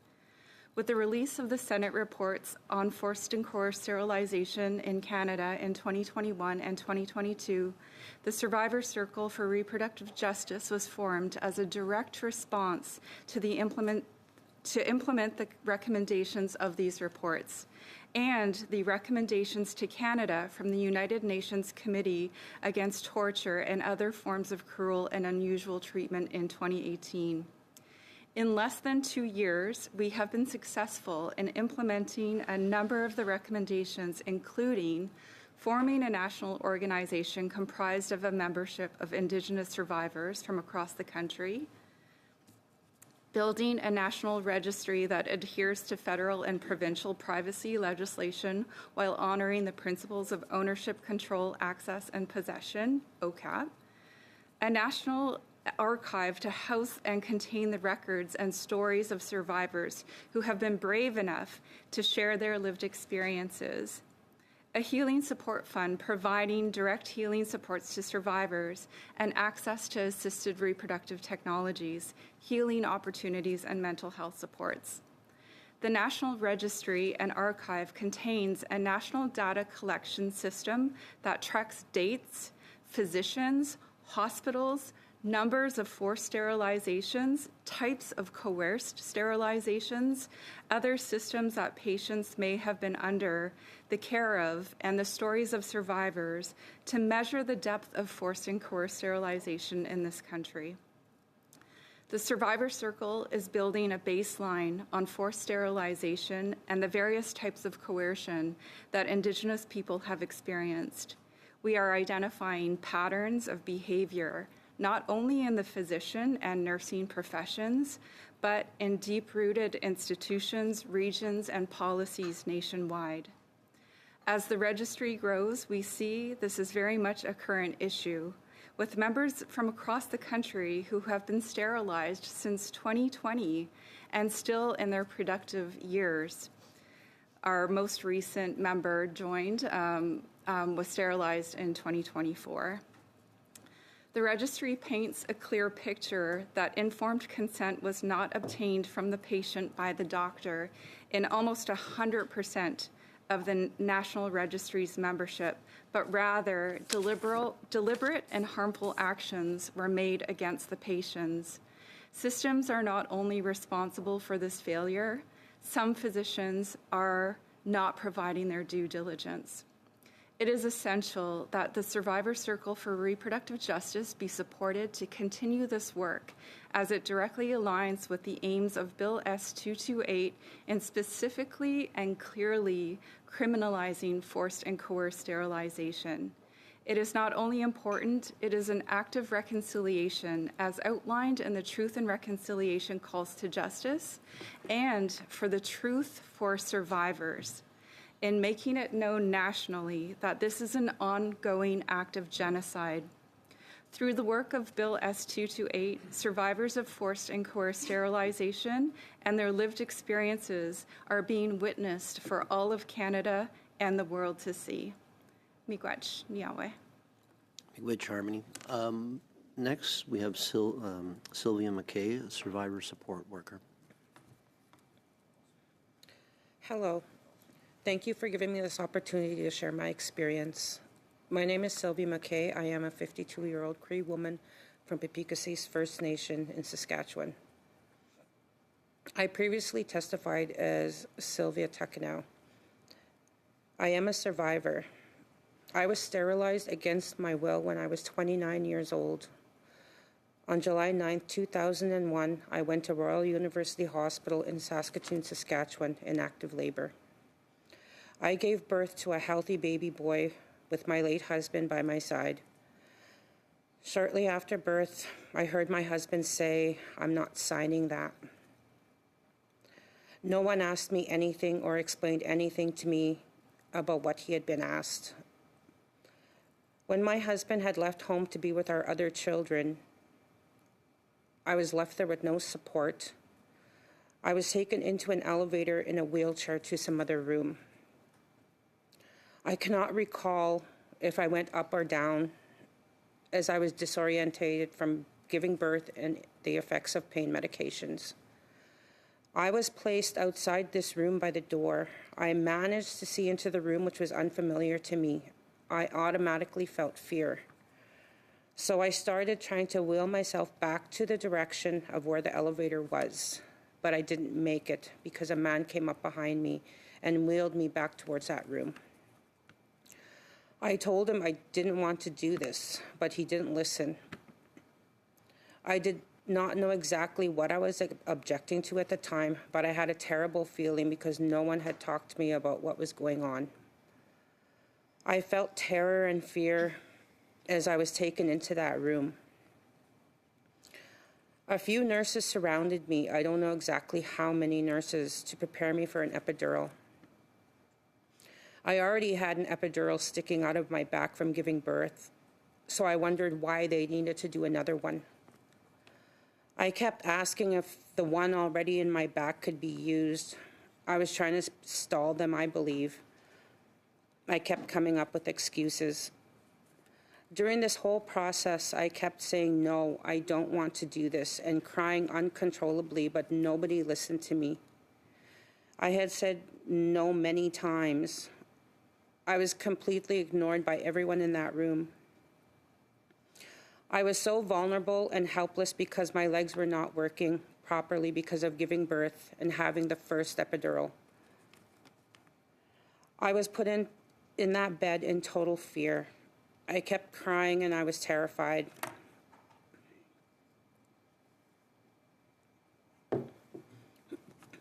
I was also hyperventilating because of the position I was put in that bed. My head was positioned lower than my body, and I was tied down to that bed. I kept asking the man doing the surgery if he was done. He did not reply to me until the procedure was done. When he was finished, he said to me, "There, tied, cut, and burnt. Nothing will get through that." Also, the smell of something burnt was in the air, and to this day, I cannot explain that smell. The closest thing to that smell would be burnt duck or chicken. I felt relief. I was getting out of that room. Then I was taken back to maternity ward, and it was then that I finally got to hold my son. This terrifying experience left a void inside of me. I felt no longer a woman, and I am terrified of hospitals and doctors. I lived with this for 14 years before I came out with my story in 2016. I thought this only happened to me, but now I know I am not alone. Now I am telling my experience to anyone who will listen. Also in 2017, I shared my experience in an external review that was conducted by Dr. Judith Bartlett and Senator Yvonne Boyer. At this time, I finally felt that someone was actually listening to me, and all my emotions from my experience finally surfaced. I cried for days after this. Everything I am doing is so important to me because I am advocating for other women to come forward, and I know how hard and scary this is. I work at Survivor Circle for Reproductive Justice as a survivor support worker. I have been with this organization since the beginning. The work I am doing is part of my healing journey. Also, I am a plaintiff for Saskatchewan class action lawsuit. I can say I am not alone anymore. The work we do is to protect our future generations and our nations from genocide. Imagine all the little spirits who would have been here in our lives to teach us, learn from us, and to form the backbone of strong Indigenous nations. What they did to my family and so many others was wrong, and they need to be held accountable for these horrendous tortures and genocidal acts. This is why Bill S-228 is so important, to protect and ensure our daughters, sons, and grandchildren don't have to endure these harms. It is time to pass the bill. Again, thank you for your time today. Sylvia. Next, we have Shelby Pawnees, a survivor support worker. Please. Hello and bonjour to all. Getchi Miigwech for inviting me here and for giving me the opportunity to share my experiences. I also acknowledge this territory and give thanks to the Creator for allowing me to stand before you today. My name is Shelby Pawnees. My spirit name is Dandelion Woman. Please forgive me as I am still learning how to pronounce my name. I am a mother of 2 young boys. I currently reside in Treaty 1 territory. However, my home community is located in Treaty 4 territory.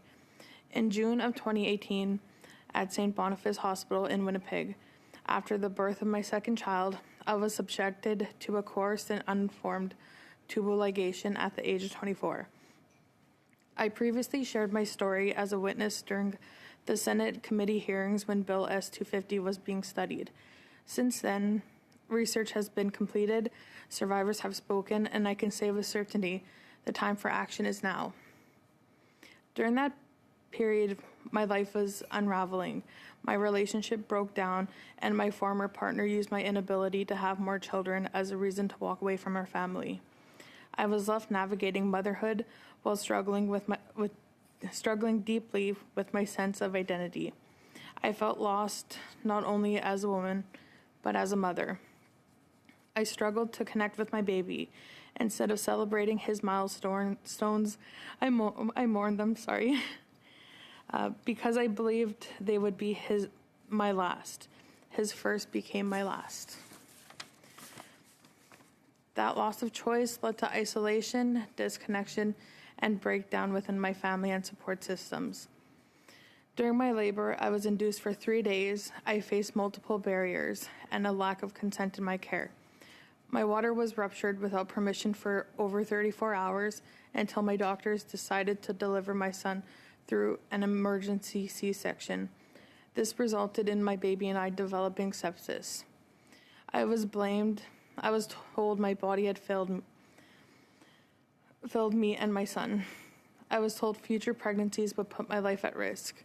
In that moment of crisis, highly medicated, afraid, and alone after my former partner was asked to leave the room, I was approached by 2 doctors who pushed for a tubal ligation.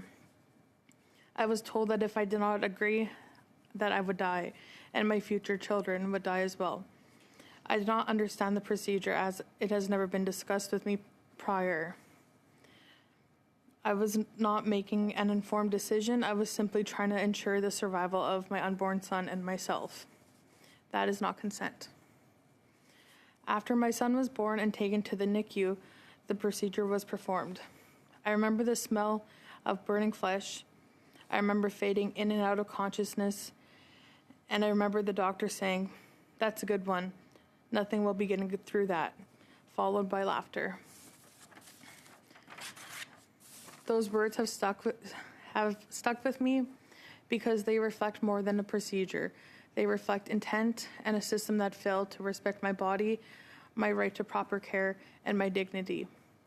Today, I am a survivor member as well as a survivor support worker with the Survivor Circle for Reproductive Justice.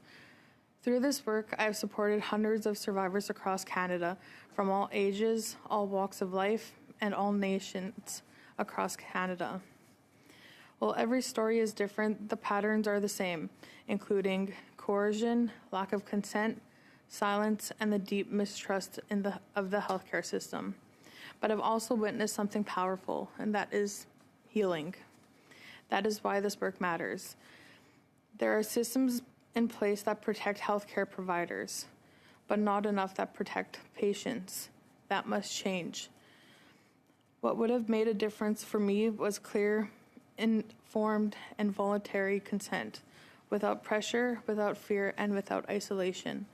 It would have meant having my support person present. It would have meant being respected in my decision to have more children. Because today, I live with the reality that my partner and I may never have that choice, and that carries a lasting fear of loss and abandonment. Bill S-228 is necessary, not only for those of us who have already been harmed, but for future generations. This is not just an Indigenous issue. Though we are disproportionately impacted, this is about human rights and ensuring that violations against the human anatomy through coercion must never replace consent. In closing, I ask you to remember this. If consent is not fully informed, it is not consent. And if systems protect providers more than patients, then those systems must be changed. I'd like to say Gitchi Miigwech to Senator Boyer and her team, Elisa Lombard and her firm, MP Jamie Schmel, Harmony Red Sky, and the Survivor Circle for Reproductive Justice and allies for their ongoing advocacy and support. Finally, Gitchi Miigwech to my children, my partner, my family, and community for always standing by my side. And finally, I would like to thank all of you here today for taking the time to listen to my story and to hear the voices of the survivors. And I have one last note, and that would be, there are systems in place that protect healthcare providers, but not enough that protect patients, and that must change.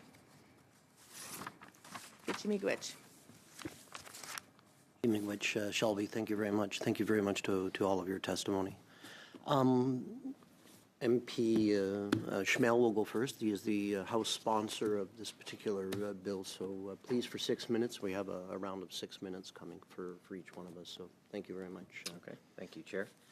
And thank you, witnesses, all of you, for sharing your story, for offering your words of encouragement and support as this bill makes its way through the process here. And of course, thank you to Senator Boyer for continuing to push to introduce it in the Senate multiple times, to get it to the House.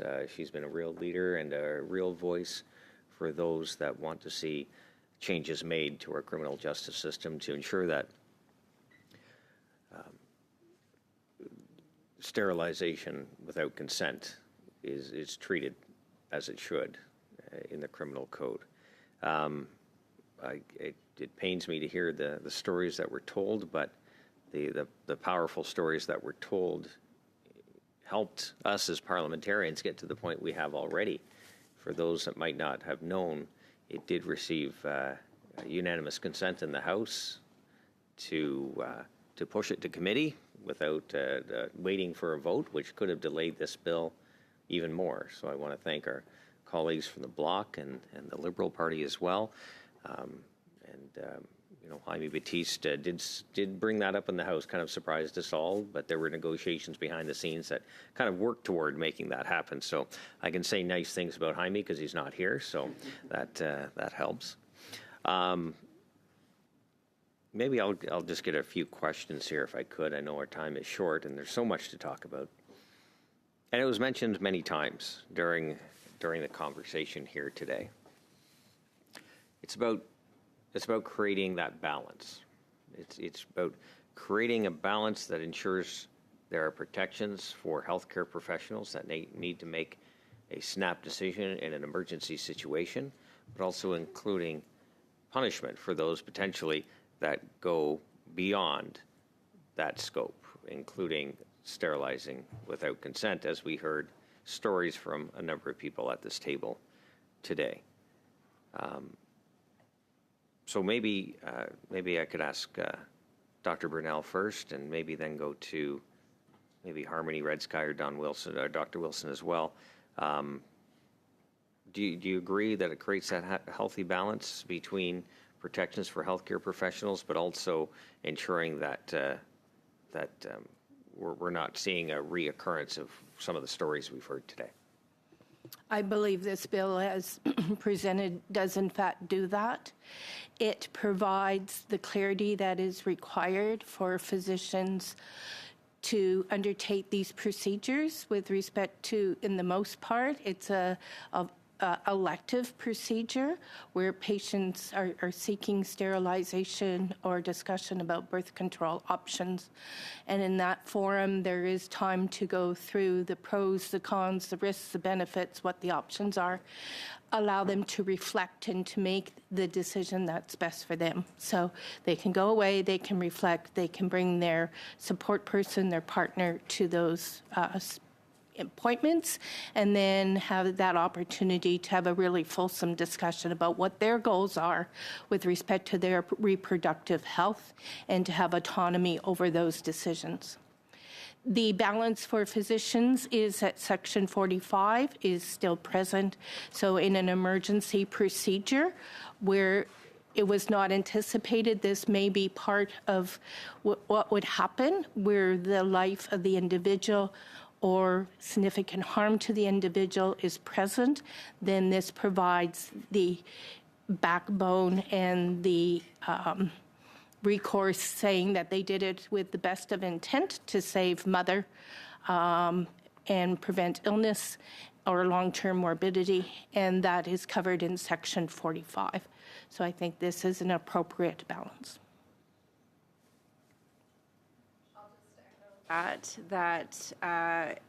From what we have seen with the registry and those who come forward to the registry, there is a stark contrast between what is forced and coerced and what is a life-saving procedure.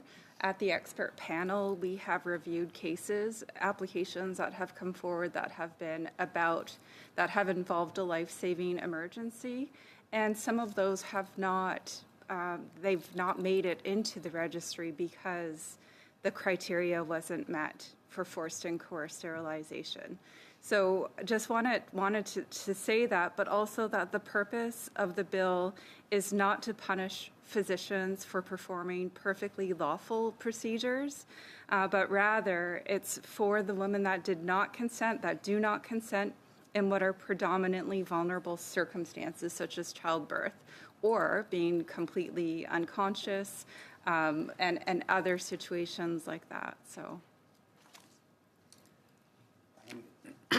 I could simply add that as an obstetrician gynecologist in practice, if this bill passes, I won't be changing my practice because there's nothing for me to change if I'm not engaging in forced and coerced sterilization.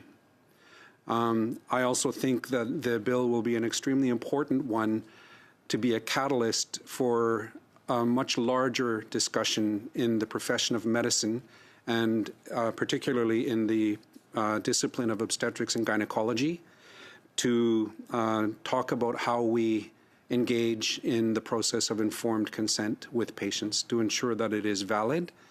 And we don't really have anything to worry about the way this bill is written if we're not engaging in those coercive practices.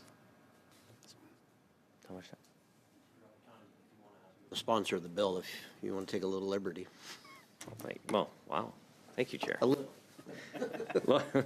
A little bit. There we go. Look, I appreciate the work that's been done. Unbelievable. The Survivor Circle, the work they've done behind the scenes across the country, elevating the voices of those who have been harmed.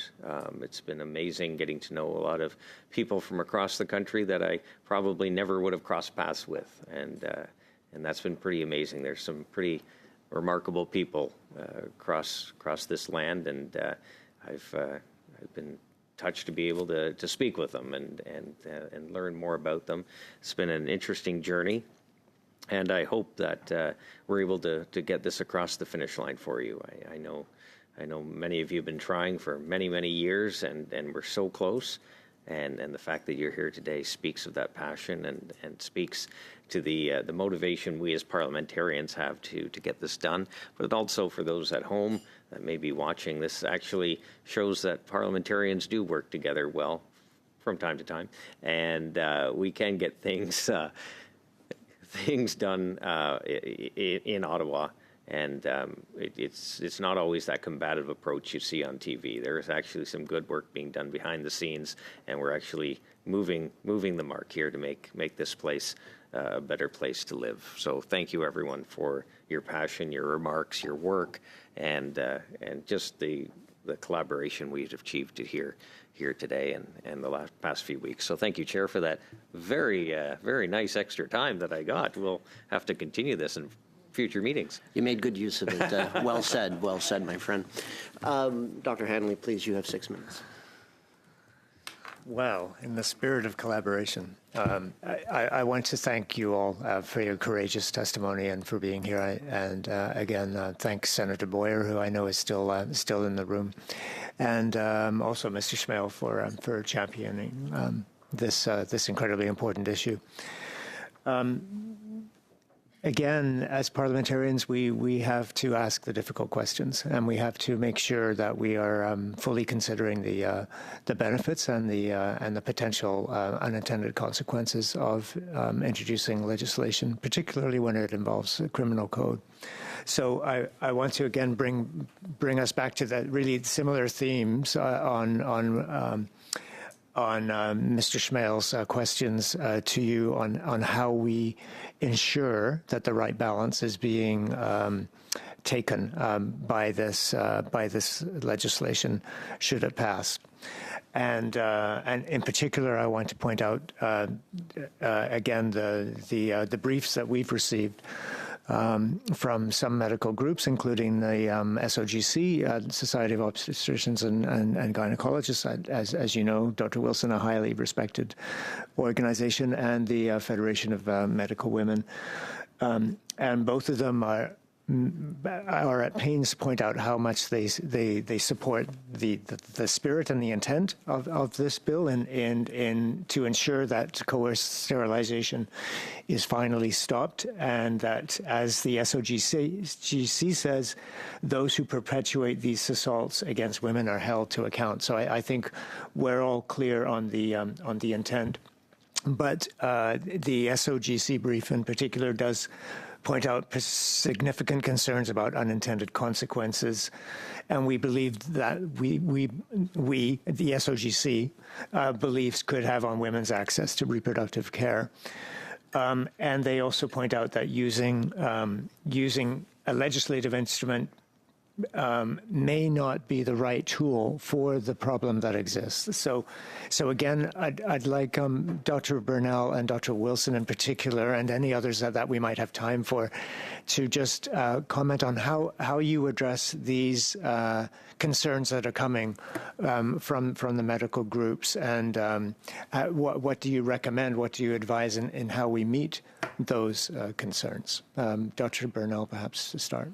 Thank you for your question. So this bill really is one that we hope will never be tested. And we've heard from the members today their compelling stories of what's going on within the institutions within this country. And so our responsibility is to protect the autonomy and decision-making of women with respect to reproductive justice. The elements that will go towards this will be education, both of patients and physicians. It will be defining the requirements of informed prior and free consent, and it will allow a dialogue between patients and their care professionals. And so I would echo what Dr. Wilson said, that if you are complying with prior informed and free consent, you will not need to adjust your practice. So before I was invited to be a part of this, I've heard some of these concerns because I am a member of the SOGC myself. There's a couple of things that I would like to point out. One of the arguments sort of saying that is this bill truly necessary was that we already have mechanisms in place to address scenarios of forced and coerced sterilization. And my question is, when have those mechanisms ever resulted in justice for those people who have gone through the process of forced or coerced sterilization? Those current systems are inadequate, and as one of our survivors has pointed out, there are strong protections in place for physicians who face legal challenges, whether it be malpractice or negligence or claims against them for whatever reason. The CMPA exists. Interestingly, obstetrician gynecologists pay one of the highest rates of premiums for that coverage, mostly because of obstetrical issues. But as far as I'm aware, I've not heard of any patients who have ever received justice from current mechanisms. I've mentioned in my earlier discussion that I think this law will result in conversations that would not have otherwise been held in the profession of obstetrics and gynecology. It will force the profession to step up and address how we obtain consent for these procedures for patients. And it will also highlight the importance of it not only to the physicians who perform these, but all of the associated, team members who are involved as well. I can't do a surgery without an anesthesiologist. I can't do a surgery without operating room nurses. I can't do a surgery without patients being admitted to a day surgery unit or a labor and delivery unit. So it will impact the entire healthcare system. And I think we are past the time of addressing adequate informed consent, not just for sterilization procedures, but for many, many other medical interventions and procedures. As a physician, I've heard many, many times from patients when I have gone through my usual practice of talking about, a proposed intervention, that they have said I was the first physician they have ever had who took the time to explain the process to them. Now, that should not be the case. It should be quite universal that physicians take the time to explain the procedure, the risks, the alternatives, the potential complications, the sequelae of whatever we are proposing. And it doesn't always happen.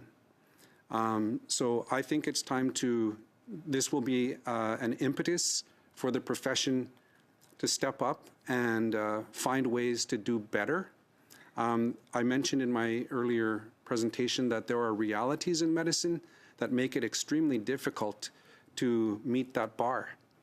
There are time pressures. There's volume pressures with lots and lots of patients in labor at the same time. It does not excuse us from trying to reach that bar. We owe that to our patients, and in particular, we owe that to those who are the most vulnerable at being subjected to forced and coerced sterilization. So this legal backstop, I feel, as an Indigenous OBGYN, that it will be an important protection for Indigenous peoples who might otherwise be subjected to this. Thank you very much. Thank you. Thank you. Deputy Gill, pour 6 minutes, s'il vous plaît. Merci beaucoup. Thank you very much, Chairman. I thank the witnesses. So, I'll give them time. Merci. Donc, merci à tous et toutes. Thank everyone for being here with us today, as including Ms. Etienne, who's here virtually. I know through all your generous and brave testimonies here today, I would like to give you time to add anything else you think we should know, speak to any issues that we hadn't asked about, or answer any unanswered unasked questions. So we'd like to give voice to those who need it. So in no particular order, if you have anything you'd like to add, please go ahead. Any last comments, questions, proposals? Thank you.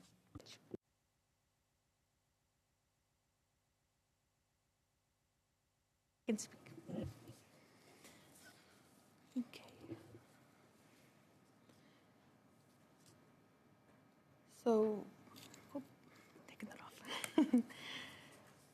So, I have spoken for the Truth and Reconciliation at a Lunch and Learned, and that has really opened my eyes about consent and coercion and what it means to me. So consent, it requires full understanding, time and freedom from pressure. You know, I was in pain, I was medicated, I was told I might die. That is not a situation where someone can give informed, voluntary consent. And I did want to kind of have a note about doctors' intent and the impact it may have on patients. So intent matters because it shapes decisions.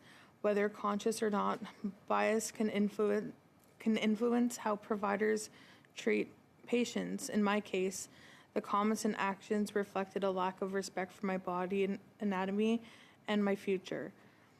I also did want to bring up the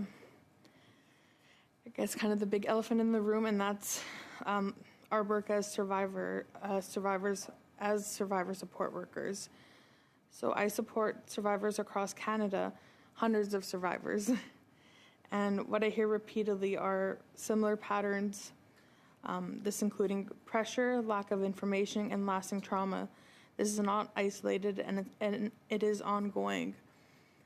I don't know if I could really mention it. Like our funding has been cut, and you know, I feel as a survivor support worker that we are doing just as much harm as the people who have harmed us.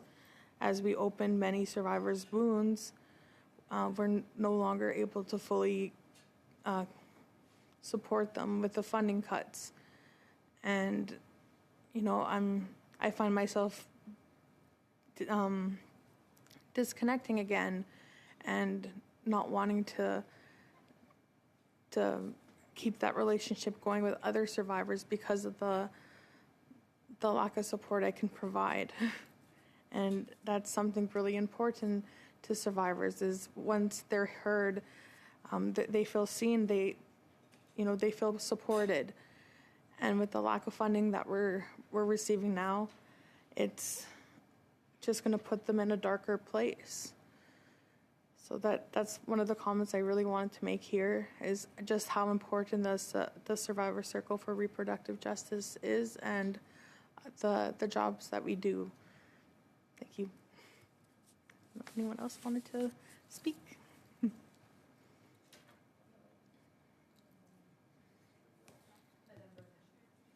Oh, go ahead.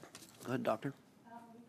Oh, and hand up. I'd like to add that from the CMA perspective, this really is part of our Reconciliation Action Plan, building upon the apology to Indigenous people in September of 2024. And this was a piece of legislation that has been called upon.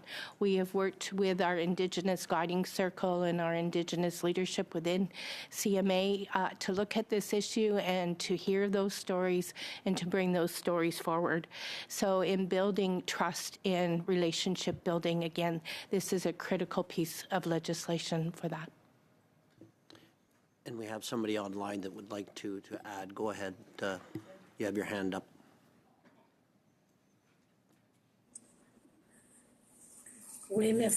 Thank you very much. There's one final comment. There's a very particular perspective in Quebec which has to do with an important event, and that has to do with the recognition of systemic racism in healthcare contexts. Yes, from a medical and surgery point of view, it's worth considering those issues. But one thing that should not be forgotten is that Indigenous women have rights, and those rights must be affirmed as well. The injustice that was created in the past and that has been brought to light through today's justice and the testimonies of women is extremely important. And if we don't work on recognition of systemic racism in Quebec, then we're basically just putting Band-Aids on a wound. And you know as well as I do that if you don't work on the source of the problem, that ultimately the wound will get infected. And I would like to thank and highlight the courage of the women before you who are speaking bravely about their stories. And this comes back to the testimonies that I heard from Indigenous women in Quebec. Thank you very much. Merci. Well, thank you, everyone, for this important sharing of stories. So really, really helpful. Thank you to our two sponsors, Peach Mail, and of course the senator in the back as well. Thank you. And just before I ask to adjourn, I know this is the will of the committee to get this done expeditiously. So therefore, I would ask the committee to take a look at witnesses for S2, because we will be meeting on Thursday with this one when we get back. We're hoping to finish this up, which means what we will be then going into S2, which will allow the clerk to start scheduling that. So please, by Friday, send in your witnesses for S2 as well. So, Chim Miigwech, everyone, thank you so much for your bravery, your spirit, and for sharing your experiences again. Chim Miigwech. Permission to adjourn? Thank you.